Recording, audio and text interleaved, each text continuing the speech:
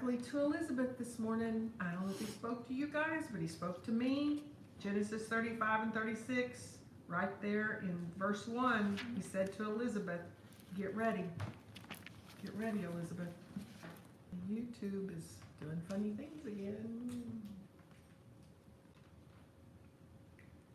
And then he said,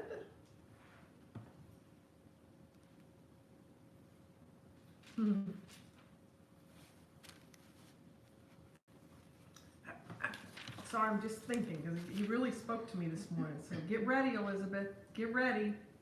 I'm ready, Lord. I'm ready, Lord. Lord, I hope I'm ready. I think I'm ready. Okay, I'm ready, Lord. I will build an altar to the God who answered my prayers when I was in distress. He answers our prayers. He has been with me wherever I have gone. What a wonderful reminder. He answers my prayers. He's been with me wherever I go. And then in verse 4, it's talking about their pagan idols and earrings. That represents anything that's not of God. And it was buried under them in the great tree, under the great tree. And what that spoke to me is bury your past. Don't live in the past. You know, if we're living in the past and longing for things of the past, and if we can't let go of things of the past, we'll never be able to grasp what he has for us today, let alone what's in the future. I mean, if we're so busy hanging on to what happened yesterday or what happened last year or 10 years ago, things will the blessings will just pass us by. You know, and I wrote in here to Elizabeth, because this is to Elizabeth, bury your past. Bury yesterday. Bury last week. And I just wonder how many blessings I've missed by hanging on to the past. So bury your past, Elizabeth. Don't think of yesterday. And then, verse 5, as you set out, because I'm getting ready to go on a trip today.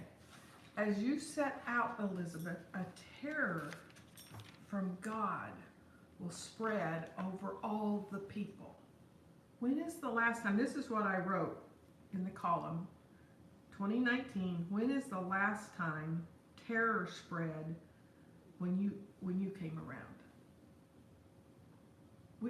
We don't even think of it. You know, we're so busy fighting off demons and trying to keep demons from jumping on our back. We forget that truly, when we're his, they run in fear from us everywhere we go.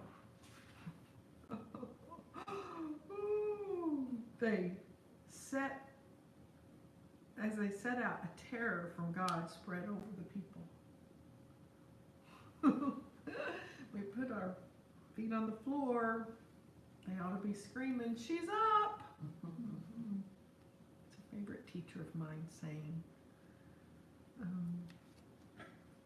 Really, I mean, what a mind shift of, you know, I gotta pray, I gotta keep prayed up today, I gotta put a hedge of protection, I gotta, to, that I'm awake and terror spreads. And of course, the terror we're talking about is not for believers, not for those we're in a relationship with, you know, in God's holy order. We're talking about anything that's not of God has to flee in terror from us. I mean, let that sink in. When's the last time I even thought that the demons have to flee in terror?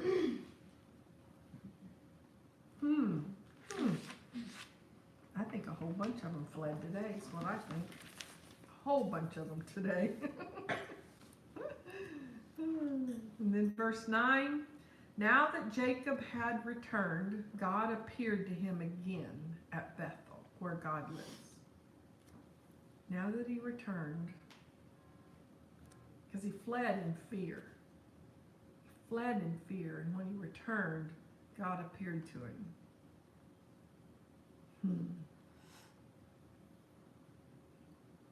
I kind of like looking back in 18, I had written, Jacob and Esau never remembered their earlier conflict.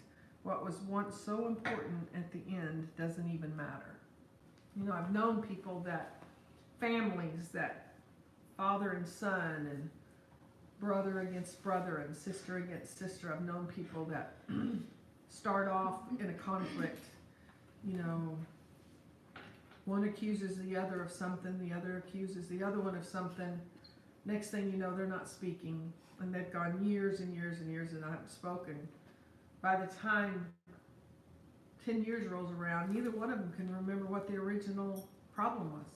Seriously, I've experienced this firsthand. They don't even know what the original problem was, but they've stood to be right. It's way important to be right. It's way more important to.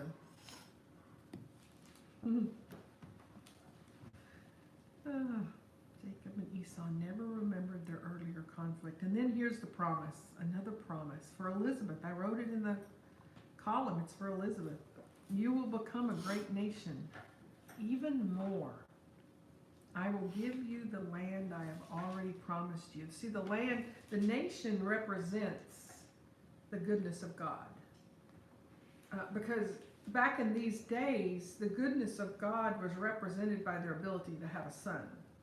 And you can't have a nation without having a son. And remember, a promise dated all the way back to Abraham, that there would be more descendants than he'd be able to count. That's, if you have descendants and you have so many you can't even count, then you got to have the nations for them to live in. And if you have the nations for them to live in, you have to have the land. So all of this represents the promises of God, if you can see that. So, you know, the actual scripture says, and it's God speaking to Jacob, you will become a great nation, even many nations. Kings will be among your descendants, and I will give you the land I once gave to Abraham and Isaac. Yes, I will give to you and your descendants after you. I mean, really, in today's environment, we have a hard time grasping how powerful that promise was. But if Jacob was holding on to the past, he'd have never been able to step into that future. If he'd have held on to the conflict with Esau, he'd have never been able to step into the provisions God's given him. If he'd have held on to the problems with Laban, he'd have never been able to step into the promises of God. If he had even stayed with Laban and just let it linger and just not had the courage to make a change, he'd have not been able to step into the promises. And so for me, I took those scriptures because this is God's love letter to me, and I wrote in my column, Elizabeth, you'll become a great nation, even more. I will give you the land that I've already promised you, and I will give it to your descendants. That's a promise not just for me, it's a promise for my kids and my kids' kids. Wow. Wow. Down in verse 15, we get the definition of what Bethel means, and it's house of God. I've got a wonderful, wonderful prophetic friend named Debbie who has a ministry, and they've built a ranch up, Restoration Ranch, and they call it Bethel, and I love that. So every time I read Bethel, I think of Debbie and the Wow Women and all that they're doing for the Lord and all they're doing for the kingdom, but it means house of God. House of God, that is so good. So good. And then in verse 6, we read about chapter 27, verse 6, Esau. So we overlook Esau. Esau gets overlooked. But if you really stop and examine, and I'm going to tell you all, this is the first year I've done this because I've been the greatest one to overlook Esau. I've been taught that God hated Esau, and there was certainly a time that because Scripture says so, that God hated Esau because of his attitude and the things he did. It's actually his heart. I mean, what God hates is sin. And Esau stayed, and Esau let go of the past. And Esau then in verse 6 says that he took his wives and his children and his entire household, along with his livestock and the cattle, all the wealth he had acquired in the land of Canaan. Esau became a very wealthy man. Esau walked into the promises of God. He did get a blessing from his father. It just wasn't the first blessing. He did have birthrights from his father. It just wasn't the first birthright, the firstborn. I just think wherever we're at in our life, these scriptures will speak to us. And then out of the New Testament reading, I really just want to focus in on, and I want to end on this. I want to focus in on one scripture.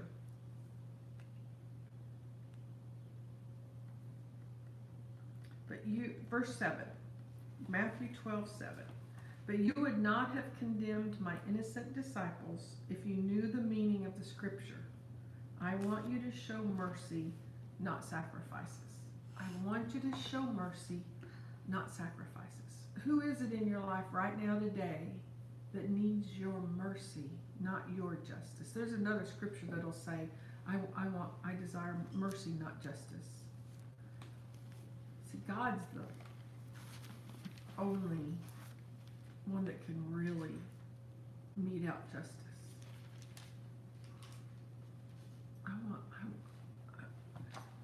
I want you to show mercy. You know, the only mercy we're going to get, is the mercy that we're willing to give. If we don't forgive others, we're not going to be forgiven. The Bible tells us that. The only mercy we're going to get is the mercy we're willing to give. That's powerful. I am so thankful for the mercy God has given me, and I'm so thankful for the mercy that He's placed in me, that I'm able, through Him, to give to those, and especially to those that don't even deserve it. I didn't deserve the mercy that God gave me. I didn't deserve any of it, but He gave it to me anyway. And so I have a whole bundle of mercy that I can give. I love you guys. I said I was finishing with that. I'm not. I'm going to read Proverbs. We're in Proverbs 3:21 through 26. I don't actually see which scripture this is. I'm just going to start with the one that says, you can go to bed without fear. You will lie down and sleep soundly. You need not be afraid of sudden disaster or the destruction that comes upon the wicked, for the Lord is your security. You can lay down and sleep soundly.